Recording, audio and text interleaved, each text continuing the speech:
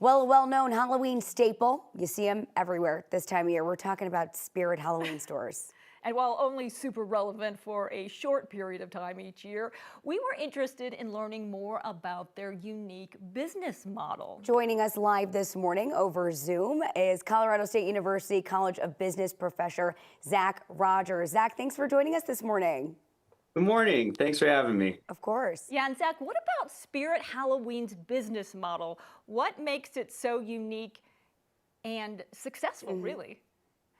Well, it's a couple things. I mean, it's like you said, it's very targeted. If you think about when you buy Halloween costumes, it's really about 1 month of the whole year where we care about it, but we care about it a lot. Americans are going to buy $4.2 billion of Halloween costumes this year. $2 billion for adults, $1.5 billion for kids, and actually 860 million for pets this year. Oh, wow. And so it's cute. And so we're buying all these costumes in this very short period. So it's not like, selling bread where we buy it all year. So what Spirit has to do is be very targeted. So they're bringing in costumes sort of all year. It mostly sits in this warehouse in Charlotte, North Carolina. And then right around the end of August, they need to be able to deploy really, really quickly to all of these empty storefronts. And they're going to be different storefronts every single year, depending on, what closed around your neighborhood this year.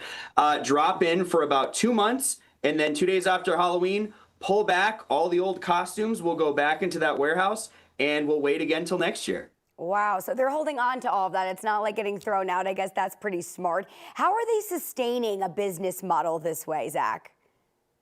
Right. So markups is the real reason. I mean, if you think about Halloween costumes, they don't have to be incredibly high quality. Most of these things are single use, maybe you wear it twice. But the little Spider-Man costume that you're going to buy for your 6-year-old, which is the most popular costume once again for 6-year-olds, Spider-Man. The one you're going to buy, maybe you spend $30 on it. They probably, the factory in China that made it, maybe made it for $6 tops. And then it's going to come over on a boat, and because of the bulk that they ship these things on, maybe it costs 50 cents to get it across the ocean, and then it sits in the warehouse. So even if we hold on to it for a year, which we call hoteling and distribution, even if we hold on to it for a year, we know we're going to be able to make our margin back on the other side. Huh. You know what? That's so right. I went into the Spirit Halloween to buy my son, who's 12, a costume. Dumb and Dumber. It was $100. It was $100. That's crazy. Yeah. Obviously, a good model. So what challenges do they face outside of really only getting 8 to 10 weeks of business leading up to Halloween? Well, it's really about preparation for them. They're still in whatever stores they are right now, but they already have mostly been locking down the leases a year from now. So they already have a good base of where they're going to be in a year. Now, some of those will change. The Office Max by your house closes down. Maybe they'll scooch over there. And they're okay to pay a little more for those leases. People who have empty storefronts love Spirit Halloween because they do a couple things. One, they fill an interesting seasonal niche. If you think about when a lot of normal sort of activity happens, it's in the summer and then Christmas, holiday season. Halloween sits right in between that. And so if I have a vacant storefront, maybe I'll have business for Christmas, maybe I'll have business in the summer. Halloween is a great little gap normally that Spirit Halloween comes in and fills. Plus, they're willing to pay a little more. Getting a 3-month lease in a storefront, it's almost like going month to month on an apartment. It's a little more expensive, but Spirit Halloween is willing to do it because that's the window where they're going to make all the revenue for the year.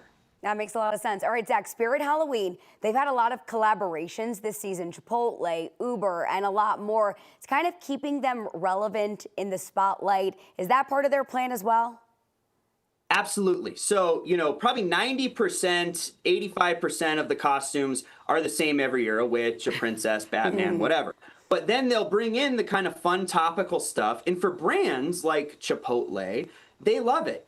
Because, maybe a kid is going to dress up as a Chipotle bowl. They almost see that as marketing for them.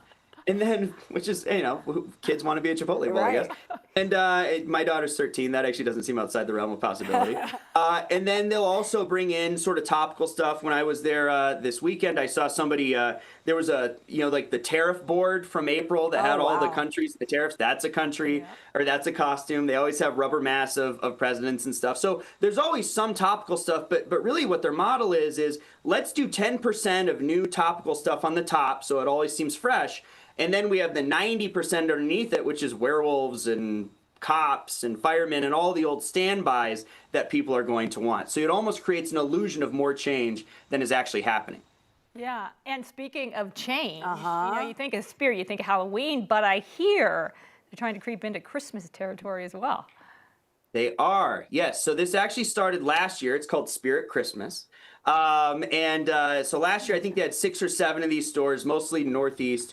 This year, apparently it was successful with them because they're going to have 30 stores this year, all still mostly East Coast and Midwest. And again, it's kind of taking that same model where it's the low margin, sort of cheap stuff, right? So like decorations, hand towels with Santa Claus on them, little baby Christmas trees for a kid's bedroom or whatever. Not the big expensive stuff. They're not going to compete against Walmart or Target, and really they couldn't. The Christmas space is so much more saturated.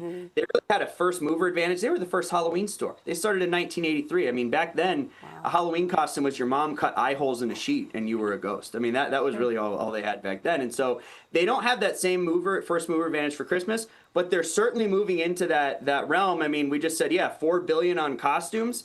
Americans are going to spend $300 billion on Christmas presents this year. So even if you can get a little slice of it, it's still a pretty good place to be. Wow. Well, Zach, we really appreciate you joining us this morning. That was so insightful.